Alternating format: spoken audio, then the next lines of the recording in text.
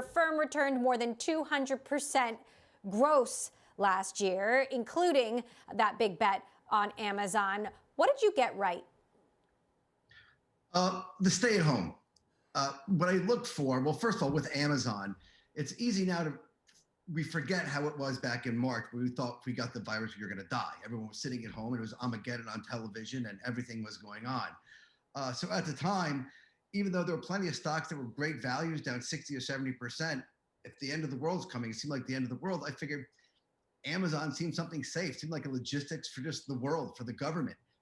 If we had to just get drugs to people, that was where I wanted to be. And if we all got back in 2-3 weeks and it was over, I still wanted to be in Amazon. So it was actually more of a reaction to what do I buy? Oh my God, I'll just go buy some Amazon. It seems safe for me.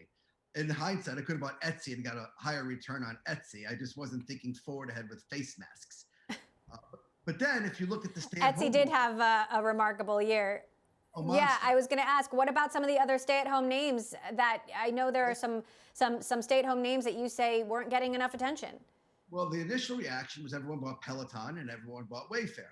But then after you saw those moves, you could have bought Nautilus, which gave a higher return. Then you could have bought RH, which actually benefited also from the stay-at-home and the de-urbanization movement. And then as we moved into the summertime, and it was a summer lockdown, you realize, oh my God, RH is the leader in outdoor furniture. So you could have kept with that theme.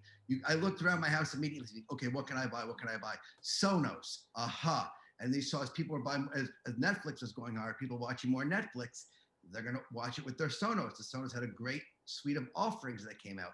Sonos was a double. From the summertime, it was a double. So if you paid attention and looked around, there was more than the obvious Zoom, Peloton, stay-at-home stocks. Okay, so Amazon, will you be continuing to ride that wave this year? They just had a, fairly high-profile failure closing down their healthcare venture with JP Morgan and Berkshire Hathaway. Is that a concern? That's a tic-tac. The company still has so much runway to go. They went on both sides, AWS, and they went on the GMV in the future. That's no doubt. The only thing that could hurt them is them or the government, actually. So why not? Still, they have a long way to go. And I'm sure one day we'll wake up and maybe they'll decide to split the stock and we'll get an extra 10% that day. Maybe. So yeah, Amazon just seems to be, it's one that I'm comfortable with. Buying it. If the market corrects, I'll buy lower. So let's talk about where you're going to be placing your bets for this year and what kind of a year you think it will be. What do you got your money on? So I'm pretty balanced right now. I'm actually probably have put on more short exposure in the past few weeks than I've had in the past few months. And that's just because you've seen a complete saturation of the names. Obviously, without giving any specific names, all these SPACs, some are going to be zeros. They just are. And just, it's funny, I heard with your last guest, not Solomon, before that, you're talking about IPOs, and you mentioned Peloton and another IPO. Well, not all IPOs are the same. Not all SPACs are the same. So just because people missed out on the IPO market, I think it'll be a stock picker's market.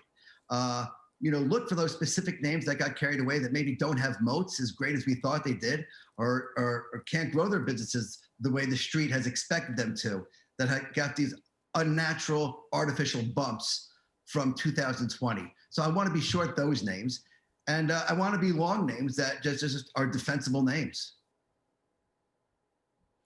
What about Bitcoin? I believe you are bullish. There are folks out there saying it's moving in on gold. I had a guest yesterday, Sunny Singh of BitPay, saying he thinks it's going to get to 45,000 in less than a month. What do you think? I mean, why not? Let's put it this. I recommended Bitcoin. I bought MicroStrategy at around 210. I recommended it publicly. I think it's like 400 and something right now. That was a month ago. It's not like a stock. They can't do a secondary, so they can't just start issuing more Bitcoin with selling shareholders. I mean, who knows how much Bitcoin is actually in the float, how much is actually lost. I think if every person with a high net worth actually put a little bit of their net worth in Bitcoin and just decide to sit on it, it should just start gapping higher, higher, and higher. Now I've limited my exposure in Bitcoin because when I bought it, anything that goes up so fast, it's the natural trader instinct in me to take some off. And it is a black box. So you don't know if a 5% holder like a stock would be selling it. You don't see that in Bitcoin. So whenever something is that type of black box, I'll be exposed to it because I think it's going higher. Completely matters of perception. Forget about the underlying fiat currency, value, not value to it. Will it ever be used? I don't think it'll never be used as a currency. It's an alternative asset. But just on the perceived value, it seems to go higher. So anyone who puts 100,000, 200,000, that's guessing. That's just pure speculation because there's no inherent or intrinsic value. So what are your boldest predictions for the year? I mean, for example, do you think there's going to be or could be a big tech crash? I think a bubble burst? There could be. And it's not a tech crash. If tech doesn't grow as fast, I think you'll see some of the retail investors spooked out. Retail is pretty much addicted. They're junkies for that quick, fast movement. Whereas, some of the bigger tech funds can wait a year, 2 years till it plays out or understand there might be some stagnation in the markets. So things that are very heavily retail owned. I'm short Peloton right now again. And you could say, oh, left, you were short earlier this year. You're wrong. Yes, I was wrong. I was early. They loved it. Apple just launched Apple Fitness Plus recently. It's an amazing product. Tim Cook says we just can't stop raving about what Apple has in the pipeline in fitness. And I think it's going to really disrupt the growth. So you can't look at Peloton at 145 the way you looked at it at 45. It's a whole different stock.